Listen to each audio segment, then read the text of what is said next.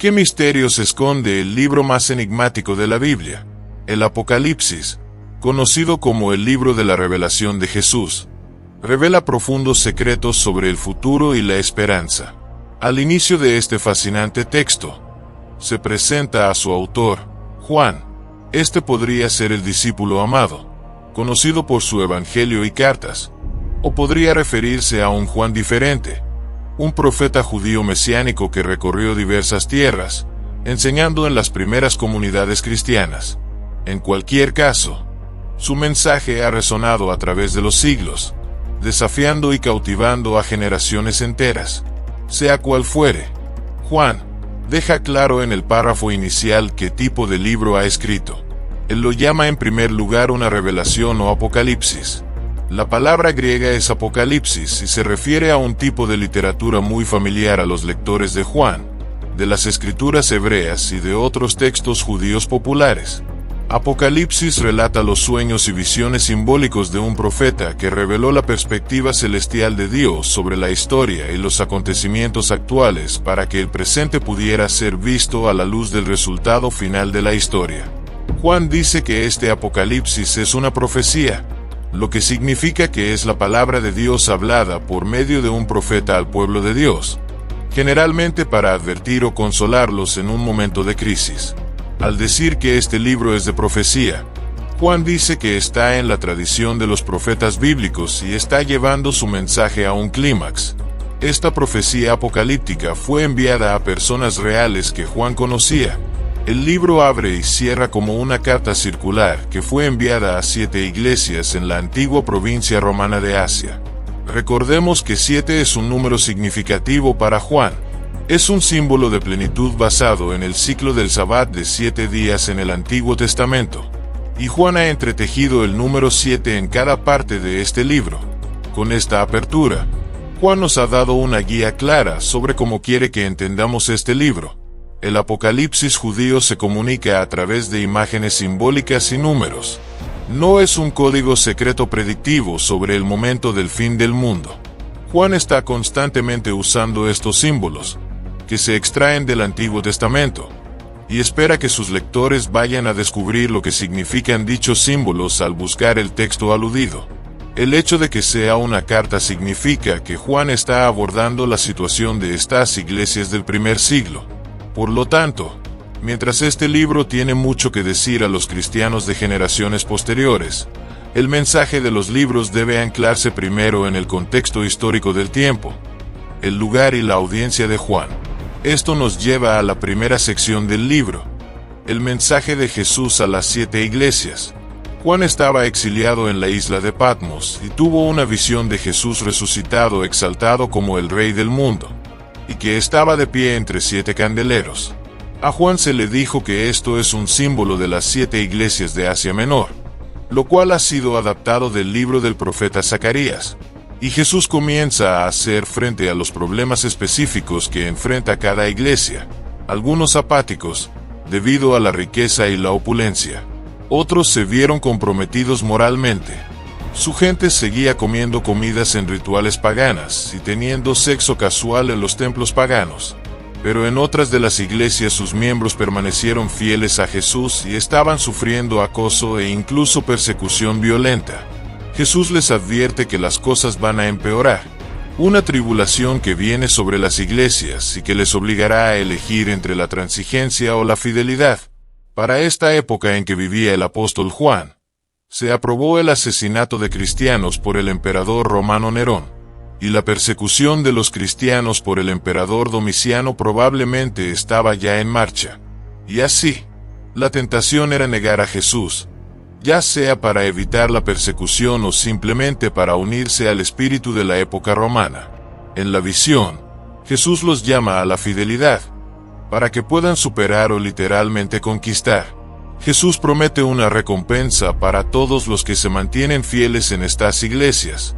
Cada recompensa se extrae directamente de la visión final del libro acerca del matrimonio del cielo y la tierra. Y así esta sección introductoria establece la tensión de la trama principal que impulsará la historia en este libro. Y ahora nos podemos preguntar, ¿por qué la fidelidad a Jesús está descrita como una conquista? El resto del libro es la respuesta de Juan a esta pregunta. Después de esto, Juan tiene una visión de la sala del trono celestial de Dios, y lo describe con imágenes sacadas de muchos profetas del Antiguo Testamento. Alrededor de Dios están criaturas y ancianos que representan toda la creación, y las naciones humanas, y le están dando el honor y la lealtad al único y verdadero Dios creador que es santo, santo, santo. En la mano de Dios se encuentra un pergamino enrollado que está cerrado con 7 sellos de cera. Simboliza el mensaje de los profetas del Antiguo Testamento y el pergamino sellado de las visiones de Daniel. Estos tratan de cómo se establecerá el reino de Dios plenamente aquí en la tierra como en el cielo. Pero resulta que nadie es capaz de abrir el pergamino hasta que Juan oye de alguien que sí puede hacerlo. Es el león de la tribu de Judá y la raíz de David. Él sí puede abrirlo. Estas son descripciones clásicas del Antiguo Testamento acerca del rey mesiánico que traería el reino de Dios a través de la conquista militar. Esto es lo que Juan escucha. Pero luego, cuando se da la vuelta, lo que ve no es un rey león agresivo, sino un cordero sacrificado y ensangrentado que está vivo, de pie y listo para abrir el pergamino. Ahora el símbolo de Jesús como un cordero inmolado. Esto es de vital importancia para la comprensión del libro. Juan está diciendo que la promesa del Antiguo Testamento del futuro reino victorioso de Dios fue inaugurado por el Mesías crucificado. Jesús venció a sus enemigos, al morir por ellos como el verdadero Cordero Pascual para que pudieran ser redimidos. Debido a la resurrección, la muerte de Jesús en la cruz no fue una derrota. Era su entronización y la forma con la que venció el mal. Esta visión concluye con el Cordero junto con el que está sentado en el trono y juntos son adorados como el verdadero Creador y Redentor. Y ahora el Cordero inmolado comienza a abrir el pergamino. Este es un símbolo de su autoridad divina para guiar a su conclusión la historia humana. Algunas personas piensan que los 3 conjuntos de 7 juicios divinos representan una secuencia lineal literal de eventos que o bien sucedieron en el pasado o podrían estar sucediendo ahora en el presente o aún están por suceder en el futuro, cuando Jesús regrese. Pero fijémonos cómo Juan ha entretejido todos los grupos de 7 de manera que las 7 copas finales salen de la 7ª trompeta y el 7º sello, y como las 7 trompetas emergen del 7º sello. Son como las muñecas rusas. Cada 7º elemento contiene a los siguientes 7. Observemos también cómo cada una de las series de 7 culmina en el juicio final y tienen conclusiones coincidentes. Por lo tanto, es más probable que Juan esté usando cada conjunto de 7 para representar el mismo periodo de tiempo, entre la resurrección y el futuro de Jesús, desde 3 puntos de vista diferentes. El Cordero inmolado comienza a abrir los primeros 4 sellos del pergamino y Juan ve 4 jinetes. Es una imagen inspirada del libro de Zacarías, capítulo 1. Simbolizan tiempos de guerra, conquista, hambre y muerte. En otras palabras, un día trágico y promedio en la historia humana. A continuación, el 5º sello representa a los mártires cristianos asesinados delante del trono celestial de Dios, y el grito de su sangre inocente se alza delante de Dios como el humo del altar del incienso. Y se les dice que descansen porque aún más cristianos van a morir. No se nos dice por qué, pero se nos dice que no va a durar para siempre. El 6º sello es la respuesta final de Dios a sus oraciones. Trae el gran día del Señor, que fue descrita en Isaías y Joel. El pueblo de la tierra clama. ¿Quién es capaz de soportar y mantenerse en pie? En este punto, Juan detiene de repente la acción con un intermedio para responder a esta pregunta. Juan ve a un ángel con un anillo de sello, que viene para colocar una marca de protección a los servidores de Dios que están soportando toda esta dificultad. Juan escucha también que el número de los que son sellados es de 144,000. Es un censo militar como el que está en el libro de Números, capítulo 1. Hay 12,000 de cada una de las 12 tribus de Israel. Fijémonos que el número de este ejército es lo que Juan escuchó, al igual que escucho del león conquistador de Judá. Pero en ambos casos, lo que luego ve, tras darse la vuelta es el sorprendente cumplimiento de esas imágenes militares en Jesús, el Cordero inmolado. Así que, cuando ve a este ejército mesiánico del reino de Dios, ve que se compone de personas de todas las naciones que cumplen la antigua promesa de Dios a Abraham. Este ejército multiétnico del Cordero puede sostenerse delante de Dios debido a que han sido redimidos por la sangre del Cordero, y ahora son llamados a conquistar, no matando a sus enemigos, sino sufriendo y dando testimonio al igual que el Cordero. Después de esto, el séptimo y último sello se rompe. Pero antes de que el pergamino sea abierto, las 7 trompetas de advertencia emergen y fuego es tomado del altar del incienso. Este simboliza el clamor de los mártires, que es derramado sobre la tierra y trae el día del Señor. Ahora, con las 7 trompetas, Juan retrocede y vuelve a contar la historia de nuevo, esta vez con imágenes de la historia del Éxodo. Así que los primeros 5 sonidos de trompeta reproducen las plagas enviadas a Egipto. La sexta trompeta libera los 4 jinetes que vinieron de los primeros 4 sellos. Y entonces Juan nos dice que, a pesar de todas estas plagas, las naciones no se arrepintieron, al igual que el faraón no lo hizo en la historia del Éxodo. Parece que el juicio de Dios por sí solo no va a llevar a la gente al arrepentimiento humilde delante de él. Entonces Juan detiene de nuevo la acción con otro intermedio. Un ángel trae el pergamino sin sello que fue abierto por el Cordero, y al igual que a Ezequiel, a Juan se le dice que se coma el pergamino y anuncie su mensaje a las naciones.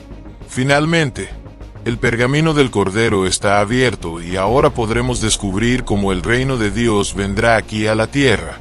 El contenido de los pergaminos se explica en 2 visiones simbólicas. Primero, Juan ve el templo de Dios y los mártires junto al altar y se le dice que mida el templo y los separe.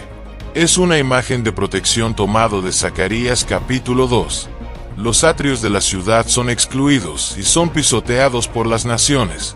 Algunos piensan que esto se refiere literalmente a la destrucción de Jerusalén que ocurrió en el pasado o que ocurrirá en el futuro. Pero entonces, de repente, aparece una bestia horrible. Recordemos Daniel, capítulo 7, y la bestia conquista a los testigos y los mata. Pero es entonces cuando Dios los trae de vuelta a la vida y reivindica a los testigos ante sus perseguidores. El resultado final es que muchas de las naciones finalmente se arrepienten y dan gloria al Dios creador en el día del Señor.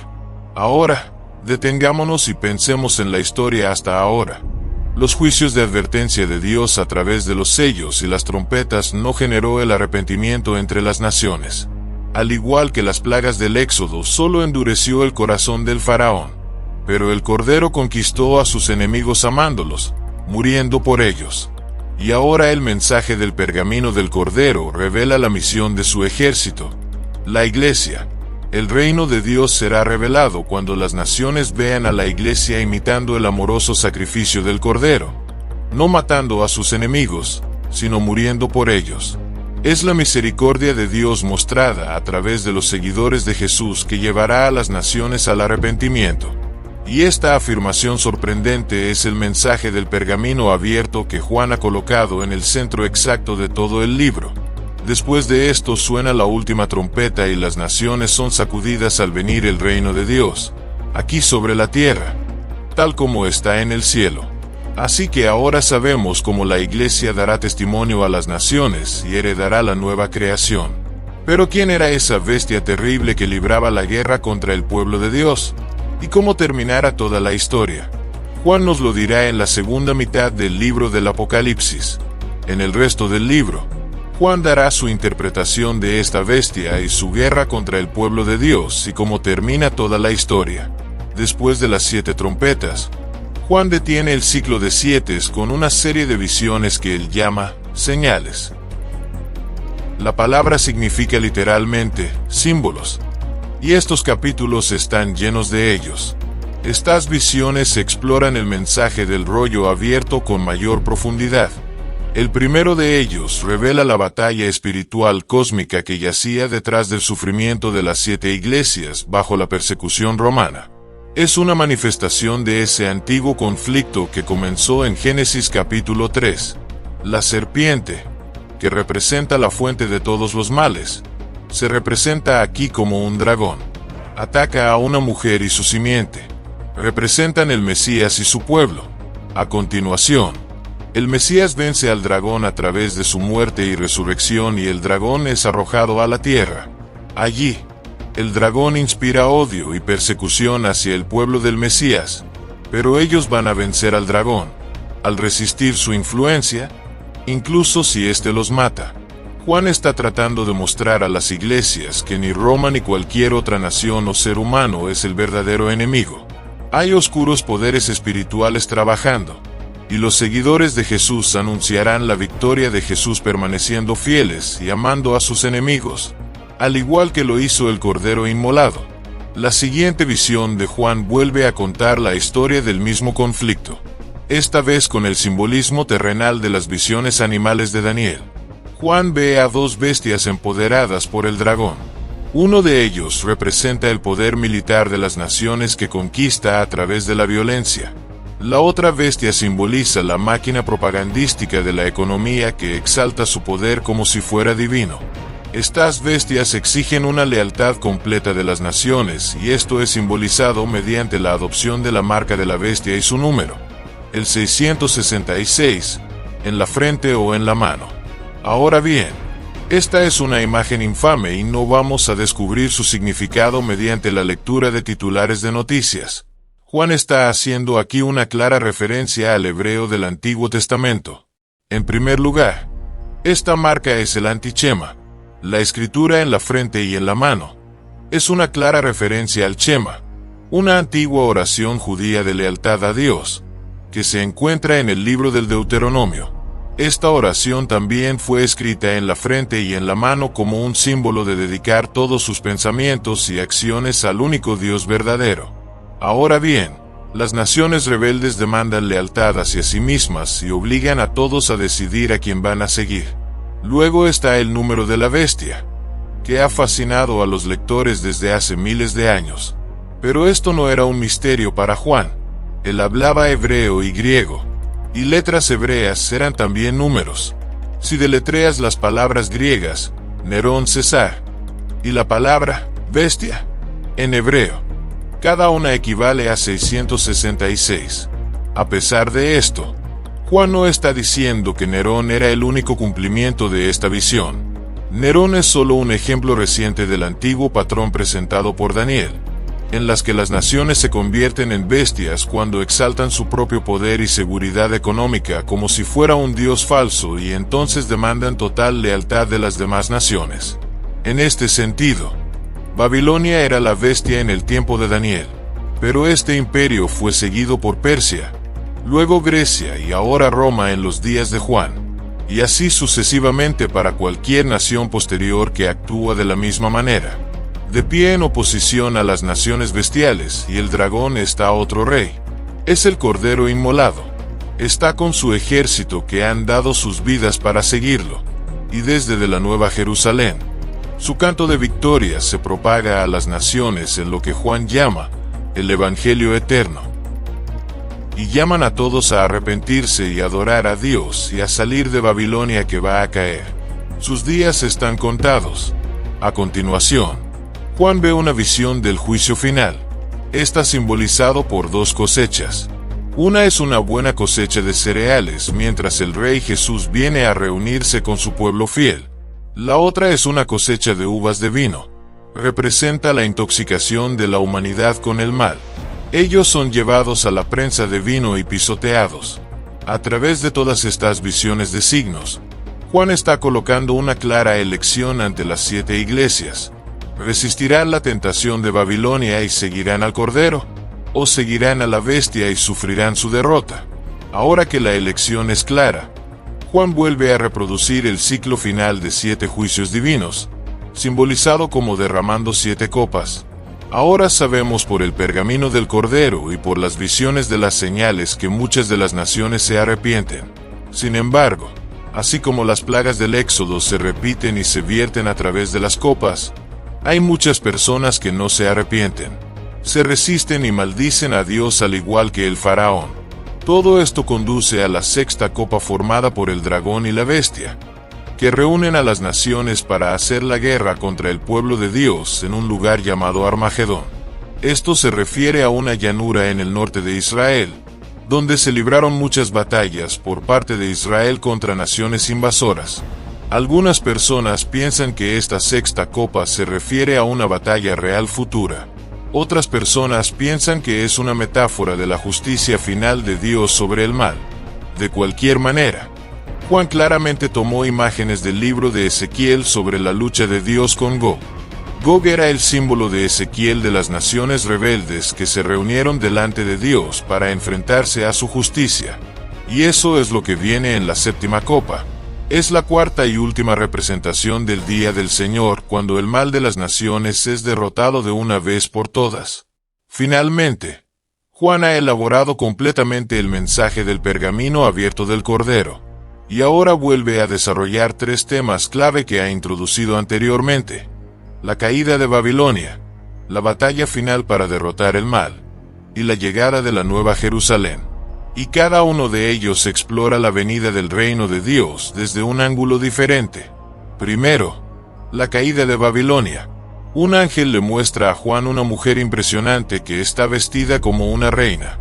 Sin embargo, se encuentra ebria de la sangre de los mártires y de todas las personas inocentes. Está sentada sobre la bestia dragón mencionada en las señales de la visión. Es un símbolo de las naciones rebeldes, y se llama Babilonia, la prostituta. Los símbolos detallados de esta visión eran muy claros a los primeros lectores de Juan. Lo está personificando en el poder militar y económico del Imperio Romano, pero también está haciendo algo más. En esta visión, Juan mezcla las palabras y las imágenes de cada pasaje del Antiguo Testamento acerca de la caída de la antigua Babilonia, de Tiro y Edom. Juan muestra cómo Roma es simplemente la versión más reciente del arquetipo del Antiguo Testamento, de la humanidad en rebelión contra Dios. Ellos se unen y forman naciones que exaltan su propia seguridad económica y militar en un Dios falso. Esto no es algo limitado para el pasado o el futuro. Es un retrato de la condición humana a través de la historia. Babilonias van y vienen, hasta el día en que Jesús vuelva para reemplazar a Babilonia con su reino. Pero ¿cómo vendrá el reino de Jesús? Hasta este punto, el día del Señor ha sido representado como un día de fuego, o un terremoto o una cosecha, y ahora se presenta como una batalla final y se remarca dos veces, resultando en la reivindicación de los mártires. Ahora Juan nos lleva de vuelta a la sexta copa, donde las naciones se reúnen para oponerse a Dios. Y de repente, aparece Jesús. Él es el gran héroe. Él es la palabra de Dios montado en un caballo blanco, y Él está listo para vencer el mal del mundo. Pero ahora fijémonos bien. Resulta que Jesús está cubierto de sangre antes incluso que la batalla comience. Eso es porque se trata de su propia sangre, y su única arma es la espada de su boca. Es una imagen adaptada de Isaías. Juan nos dice que el Armagedón no será un baño de sangre. Al contrario, el mismo Jesús que derramó su propia sangre por sus enemigos ahora viene proclamando justicia. Él les va a pedir cuentas a los que se niegan a arrepentirse de las formas en que han participado en la destrucción del mundo bueno de Dios.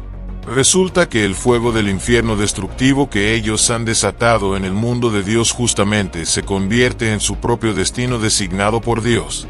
Después de esto, Juan ve una visión de los seguidores de Jesús que han sido asesinados por Babilonia. Son resucitados y reinan con el Mesías durante 1.000 años. Después de esto, el dragón que inspiró la rebelión de la humanidad contra Dios junta a las naciones del mundo para rebelarse contra el reino de Dios. Pero ante el trono de la justicia de Dios, todos se enfrentan a las consecuencias de la derrota eterna. Y así las fuerzas del mal espirituales y todo el mundo que no quiere participar en el reino de Dios son destruidos. Se les da lo que quieren: existir por ellos mismos y para sí mismos. De esta manera, el dragón y Babilonia y todos los que los eligen son aislados eternamente, nunca más capaces de corromper la nueva creación de Dios. Ahora bien, Hay mucho debate acerca de la relación de los 1000 años con estas dos batallas. Hay algunos que piensan que se refiere a una secuencia cronológica literal, el regreso de Jesús, seguido de un reino de 1000 años en la tierra llamada el milenio, seguido por el juicio final de Dios. Otras personas piensan que los 1000 años son un símbolo de la presente victoria de Jesús y los mártires sobre el mal espiritual, y que las dos batallas representan el futuro retorno de Jesús desde dos ángulos diferentes. Cualquiera que sea la postura que se tome, el punto principal es claro. Cuando Jesús regrese como rey, va a lidiar con el mal para siempre y reivindicará a aquellos que han sido fieles a él. El libro concluye con una visión final del matrimonio del cielo y la tierra. Un ángel muestra a Juan una novia hermosa que simboliza la nueva creación que ha venido a unirse para siempre con Dios y con su pueblo de la alianza. Dios anuncia que ha venido a vivir con la humanidad para siempre y que Él está haciendo todas las cosas nuevas. La visión de Juan es un caleidoscopio de las promesas del Antiguo Testamento. Este lugar es un cielo nuevo y una tierra nueva. Una creación restaurada que ha sido sanada del dolor y la maldad de la historia humana. Es también un nuevo jardín del Edén, el paraíso de la vida eterna con Dios. Pero no simplemente un regreso al jardín. Es un paso adelante hacia una nueva Jerusalén, una gran ciudad donde las culturas humanas en toda su diversidad trabajan juntas en paz y armonía ante Dios. Y finalmente, el giro más sorprendente de todos. En la nueva creación, no hay construcción de templos, porque la presencia de Dios y el Cordero que antes se limitaba al templo, ahora impregnan cada centímetro del nuevo mundo. Y allí hay una nueva humanidad, cumpliendo la vocación que se les dio a los primeros humanos en la primera página de la Biblia: gobernar como imagen de Dios, colaborar con Dios en dirigir esta nueva creación hacia un territorio nuevo y desconocido. Y así termina el Apocalipsis de Juan y la historia épica de toda la Biblia. Juan no escribió este libro como un código secreto para que podamos descifrar el tiempo del regreso de Jesús. Es una visión simbólica que produjo un reto y trajo esperanza a las 7 iglesias del primer siglo y después de ellas a cada generación de cristianos. Nos revela el patrón de la historia y la promesa de Dios, que cada reino humano eventualmente se convierte en Babilonia y que debe ser resistido en el poder del Cordero inmolado. A lo largo de nuestra exploración del Apocalipsis y la figura de Juan, hemos desentrañado no solo la profundidad del mensaje revelado, sino también su relevancia continua en nuestras vidas hoy. Este libro, lleno de simbolismo y esperanza, nos invita a reflexionar sobre nuestro papel en la creación y la promesa de un futuro lleno de luz y redención. Al comprender estos mensajes, podemos encontrar inspiración para enfrentar nuestros propios desafíos y construir un mundo mejor. Si te ha gustado este viaje a través del Apocalipsis y deseas seguir explorando más sobre la Biblia y sus enseñanzas, no olvides suscribirte a nuestro canal. Activa la campanita para no perderte nuestros próximos videos. Y cuéntanos en los comentarios, ¿cuál fue el aspecto más impactante de nuestra discusión sobre Juan y el Apocalipsis? Queremos saber tu opinión.